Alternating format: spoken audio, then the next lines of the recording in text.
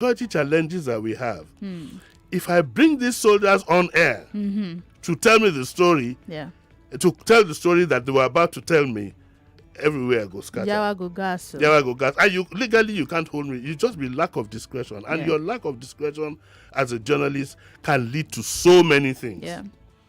That is one area where in the social media there is, and I think the social media has gotten to a point where it has virtually no credibility at all. But that's a story for another day.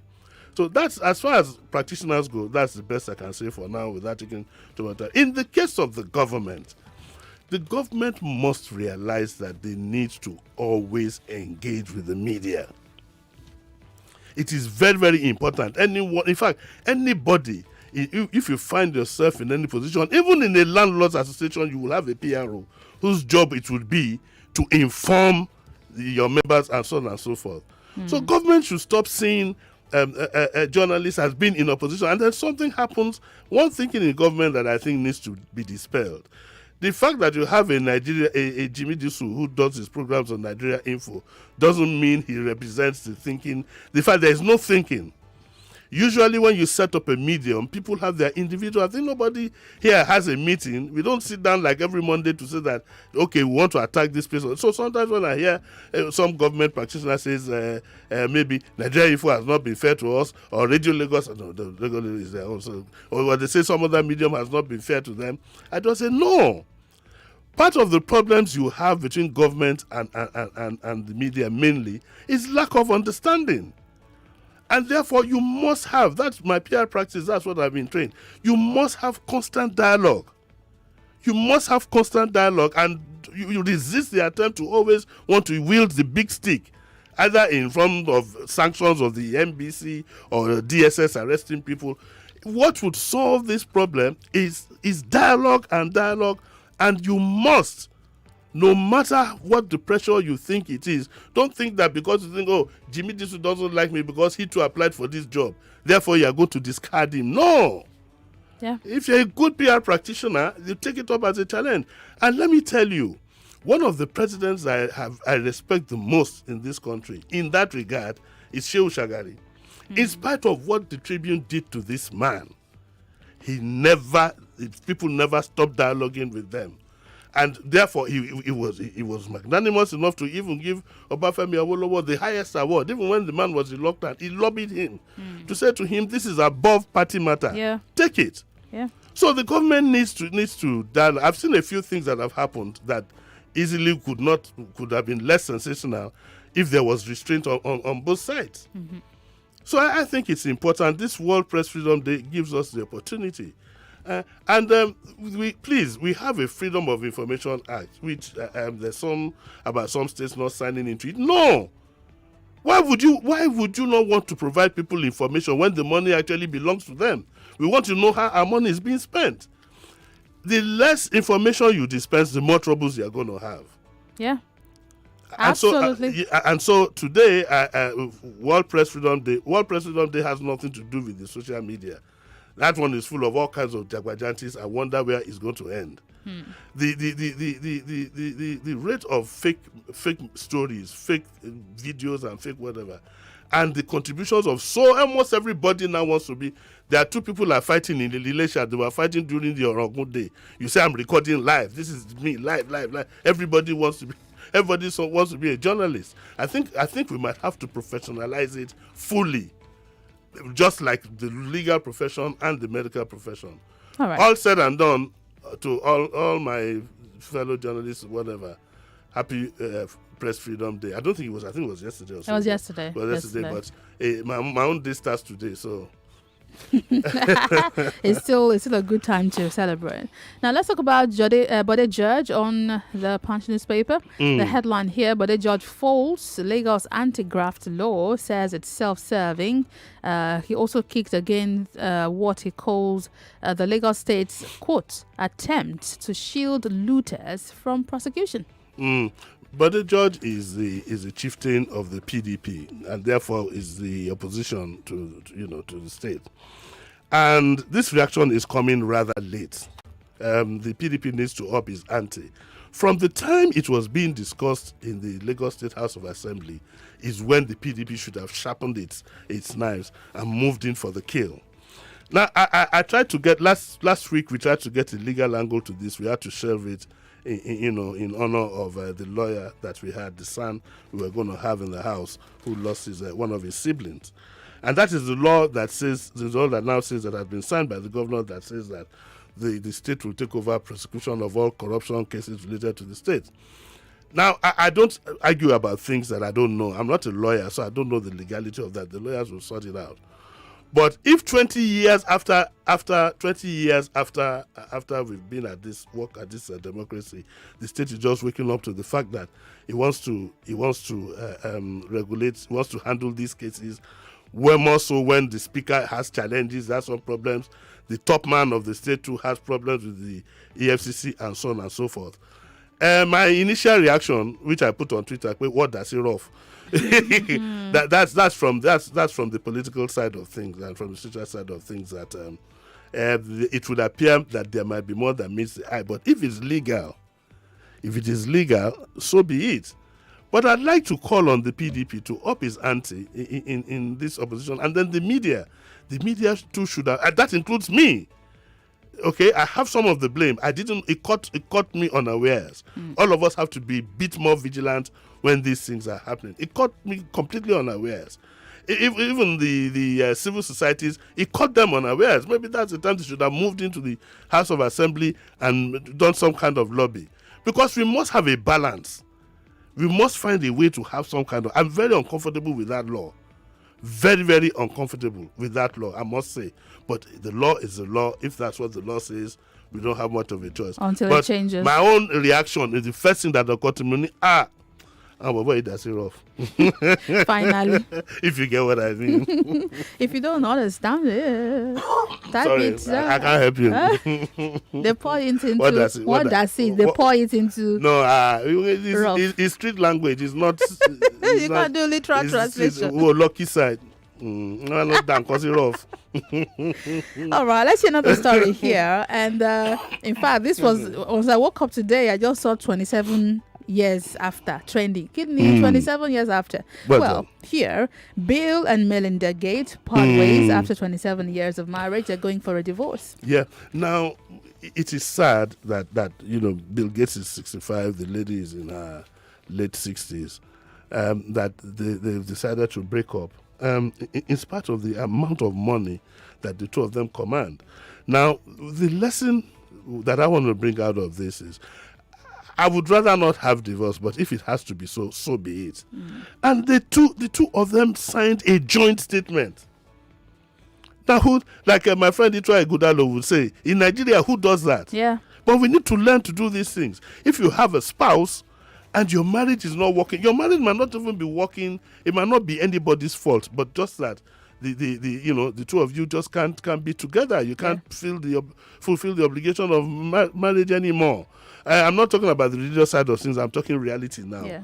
We should have that spirit of being able to sit across the table and negotiate our way out of any situation. You've been together for 27 years. You don't have to fight. Yes, because if it was Nigerian man, it must be that he's targeting one. No, sorry, don't let me use your name. I can't use Philip because Philip is a I just want us to not learn from the fact that they are divorced. I mean, divorce will always. I'd rather be people divorce and live like Tom and Jerry in the house, in all honesty. Yeah. And it's not even just about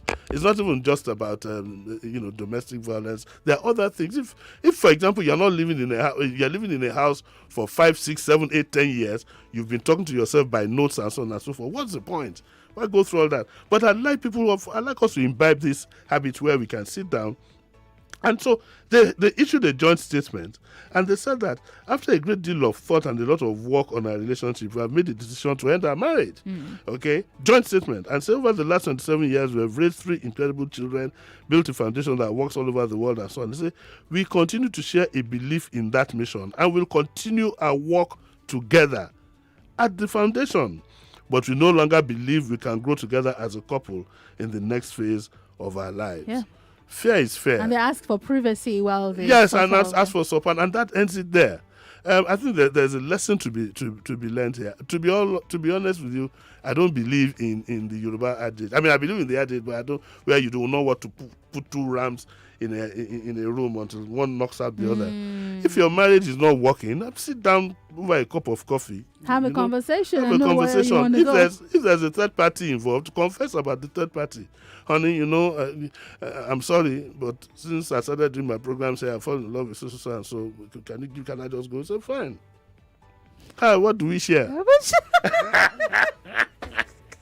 I wish it was that simple. If Bill Gates was Nigerian, the woman would add all this money. But apparently they'll be splitting, and I think they had to make that statement. In fact, they timed this statement when the stock market had closed for the day, because it's going to shake.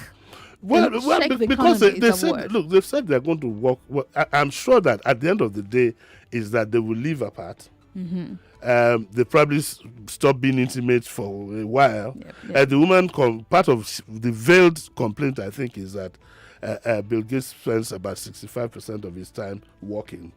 He's busy doing things and has no time for all which is understandable. There's usually a sacrifice of some sort. But Niger, if you like, let him not come home at all. Just send money. But not everybody, Send everybody. It's not everybody. Are you any different? Answer now. Let's go on to the back. Answer. Newspaper. Let's talk about the Baba Ijesha issue. It's criminal to molest or use a minor as trap to gather evidence. Yomi Fabi is speaking again. He was under fire when he first came out to support Baba Ijesha. This Baba Ijesha, I think, is most disgraceful. Both the act and the reactions that follow. Let me clear that before somebody takes me off. But by the way, somebody is trying to lure me. You know what they call make me shine in table tennis. Trying to lure me. I want to take you up on it. I just ignore them. You see, what has happened, this to my mind is strictly this. Baba Ijesha has done something that appears criminal. I'm choosing my words carefully. Appears criminal. Why do I choose my words that way?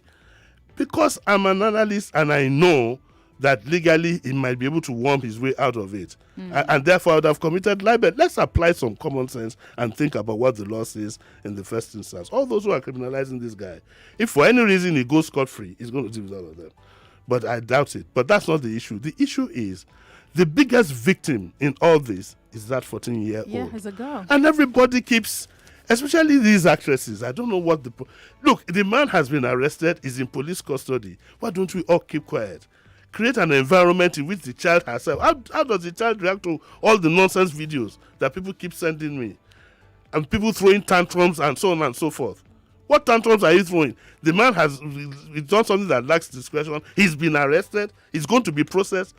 Why all these videos coming out? Everybody wants to be counted. Everybody wants to now use it as a means of being popular, forgetting the victim. Yeah. Even the mother that was crying on recorded, she should have known that at the end, no, not the mother, the guardian. I think that was, you don't expose yourself. You must always think of this victim is already 14 in secondary school. Okay, every time you actresses are breaking down and I'm first of all, and you do all these things, some people are looking at that child. You're creating more awareness and more whatever for the child. Let's show a bit of discretion and decorum, for crying out loud. There was one that was completely embarrassing. Completely embarrassing from an elderly person. Completely embarrassing. And the man is the butt of all jokes, is the butt of all this. Everybody tries to make a story out of it. And I wonder and make a skit and all kinds of things. For God's sake, save 1 minute for that girl. And let's all be adults and be mature. Let the law take its course. Yeah. Let the law take its course. I think the outcry that came was when people thought that, there was a press conference kind of where the police said it's a bailable offense. What is wrong? But this is a bailable offense. That's going to be charged for assault. And yes, that's bailable. Because the man must go according to the law. Isn't that common sense? I heard that some people were moving. They were going to make a move to say that he shouldn't be granted bail. It is a judge that is going to determine if he's going to be granted bail. And it's not going to be based on facts of the law. Yeah. Don't let's behave like those people who are ignorant. You can protest from now till kingdom come. The judge is going to give a ruling. In fact, what you are now doing is you are making things difficult for the judge, because the judge, if the judge, for example, wanted to say that, okay, no bail for him, he's going to be asking himself, I hope people won't say that I did this and I'm bound to public pressure. So let's all calm down. Let everybody calm. Well, I'm not, I've seen, I don't see a lot of sincerity in most of these reactions. Everybody just wants to stand up to be counted and become popular. But let's just calm down. The man, and I agree with what Odumosu said, the CP. He said, we've gone to send the file to the DPP. That's what his job is. Yeah. And if he says it's a bailable offense, it's a bailable. And these are the discretion of the judge. And if you like, you can protest from now to kingdom come. The judge is going, and people don't understand one thing. There are sentiments, but then there's reality. Yeah.